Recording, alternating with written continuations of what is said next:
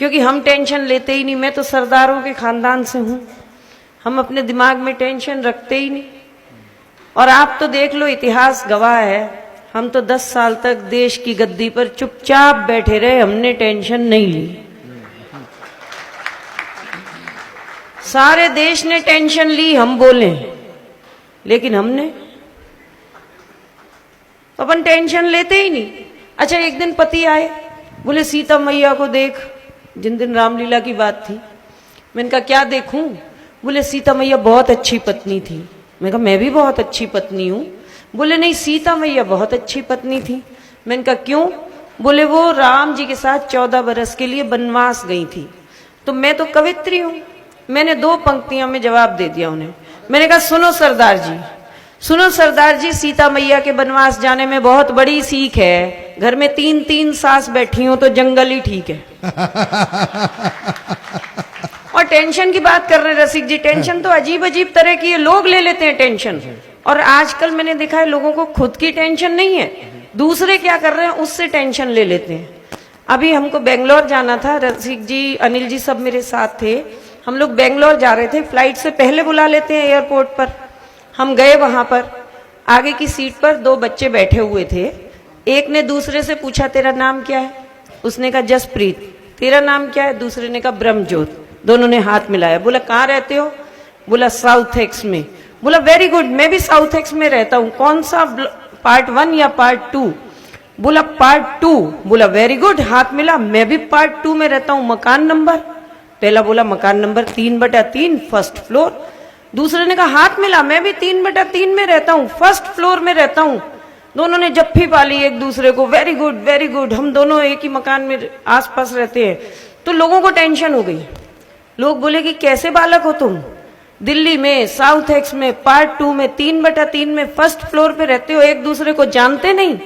तो बच्चा बोला अंकल जी आप काहे को टेंशन ले रहे हो, हम तो दोनों भाई भाई हैं, टाइम पास कर रहे हैं। और तालियां तो इस बात पर बजाना कि वो दोनों बालक जसप्रीत और ब्रह्मज्योत मेरे बेटे थे।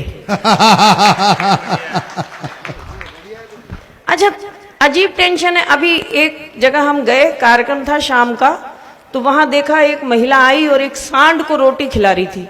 बड़ी सारी रोटियां लेकर आई और सांड को खिला रही और हाथ जोड़ रही। हम लोग देख रहे कि भाई गाय को तो लोग रोटी खिलाते हैं, पर सांड को क्यों खिला रहा है कोई? तो आसपास लोग हैरान, जो नए हम पहुंचे थे, हम सब हैरान थे कि लोगों को गाय को रोटी खिलाते देखा है, ये सांड को क्यों खिला रही है? जाकर उस महिला से पूछ लिया कुछ लोगों ने, बहन जी गाय को रोटी खिलाई जाती है, आप सांड को क्यों खिला रहे हो? बोले ये मेरी बात है, आप क्यों टेंशन ले रहे हो? बोले नहीं टेंशन की बात है, आप बताओ। बोले जी ये मरकड़ा सांड है और 2-4 को मार देता है रोज, और मेरे पति हड्डियों के डॉक्टर है, तो हमारी तो दुकान इसी से चल रही है।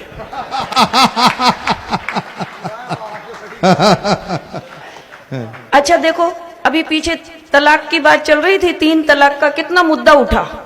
मेरे सरदार जी देखो, एक तो मौज मस्ती की बात है, मस्ती से सुनना, हम किसी का बुरा नहीं चाहते, उपहास नहीं उड़ाना चाहते, मस्ती में बात, बुरा न मानो होली है। अब मेरे सरदार जी को भी ना कभी कभी अजीब खुराफाती दिमाग में बात उपज जाती है। वो मुझे पूछने लग गए, बोले ये 3 तलाक क्या होता है? मैंने कहा मुझे क्या पता, जिनके यहाँ होता है उनसे पूछो। उनके एक दोस्त थे मौलवी साहब, उनके पास पहुंच गए। बोले मौलवी साहब ये 3 बार तलाक तलाक तलाक क्यों कहा जाता है? मौलवी बोला बता तो दूं, पर ये राज की बात है। सरदार जी पीछे पड़ गए, बोले राज की बात है पर बता तो दो, इसके पीछे तर्क क्या है? तो मौलवी साहब बोले सच्चाई तो ये है कि कोई तर्क वर्क को नहीं, ये महिलाएं एक बार में सुनती कहां हैं। तो बस टेंशन लेनी नहीं चाहिए, मस्ती में रहो आप। और जिस दिन से मैंने तो 2 पंक्तियां और लिख दी, जो हमारे बीच से श्रीदेवी अचानक चली गई, तो 2 पंक्तियां लगा कि जो जीवन है वो आज है, बस हमें नहीं पता कल क्या होने वाला है। 2 पंक्तियां लिखी कि प्रातः उठो और कहो हे ऊपर वाले शुक्र है तेरा जो तूने आज का दिन दिया है। हे ऊपर वाले शुक्र है तेरा जो तूने आज का दिन दिया है। और सांझ ढले तो कहो कि वाह रे ऊपर वाले, बड़ी मौज से आज पूरा दिन मैंने जिया है। क्या बात है, वाह वाह वाह वाह वाह। तो बस हंसते खिलखिलाते रहिए। और रही टेंशन, ये नोटबंदी की बात कर रहे हैं, तो अजीब अजीब टेंशन लोगों को हो जाती है, पर मैं टेंशन लेती ही नहीं। जब नोटबंदी हुई थी, मेरे सरदार जी भी रोज टीवी चैनल लगा लेते थे 8 बजे। मैंने कहा सरदार जी नोटबंदी हो गई, आप 8 बजे क्यों लगाते हो टीवी? बोले ये 56 इंची सीना कुछ भी कर सकता है। मैंने कहा आपको किस चीज का इंतजार है? बोले मैं तो उस दिन का इंतजार कर रहा हूं जब मोदी जी आए और कहें मेरे प्यारे देशवासियों, ये जो आपके पास आपकी पत्नी है ये 31 मार्च तक ही मान्य रहेगी। लेकिन मैंने इस बात की टेंशन नहीं ली, कारण जो पति 500 रुपए का नोट बदलवाने बैंक की लाइन में नहीं लगा, वो 55 किलो की पत्नी बदलवाने कहां जाएगा? और दूसरी बात, अगर ये परंपरा चल गई और अनाउंसमेंट हो गई तो बैंक तक जाने की नौबत ही नहीं आएगी, अड़ोस पड़ोस में ही बदल ली जाएंगी।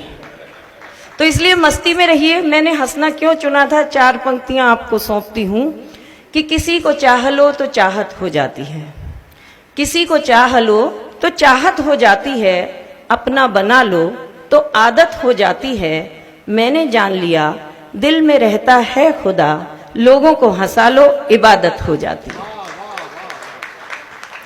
और यहाँ कई भूतपूर्व नौजवान बैठे हैं, हास्य की छोटी सी कविता सौंपती हूं, क्योंकि हास्य के एक जो हमारे कहते हैं ना हास्य का दमदमाता सूरज, अनिल अग्रवंशी जी हमारे बीच हैं जो आपको हास्य के सागर में गोती लगवाएंगे।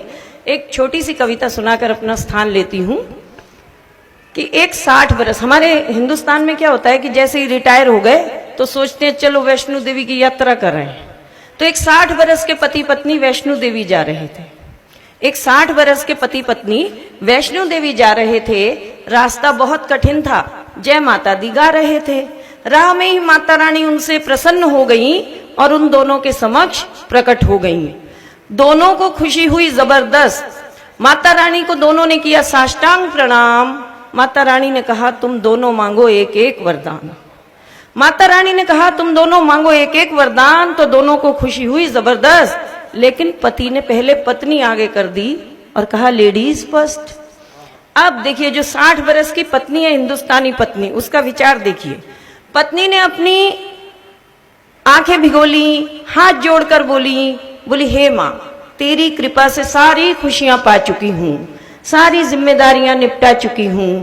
अब मैं एक ही वरदान पाना चाहती हूं, अपने पति के साथ वर्ल्ड टूर जाना चाहती हूं। माता रानी ने तथास्तु के नजर घुमाई और फिर पति से कहा मांग पुत्र, अब तेरी बारी आई। अब देखिए पति ने एक धांसू आइडिया लगाया, माता रानी को फरमाया, बोला हे माँ, वर्ल्ड टूर पर तो मैं भी जाना चाहूंगा, पर साथ में अपने से 30 बरस छोटी ले जाना चाहूंगा। अब माता रानी ने अपना चक्र घुमाया और पति को तत्काल 90 बरस का बनाया। माता रानी ने कहा हे पुरुष, विचार तो तेरा बड़ा चंगा था, पर मैं भी महिला हूं, तूने महिला से ले लिया पंगा।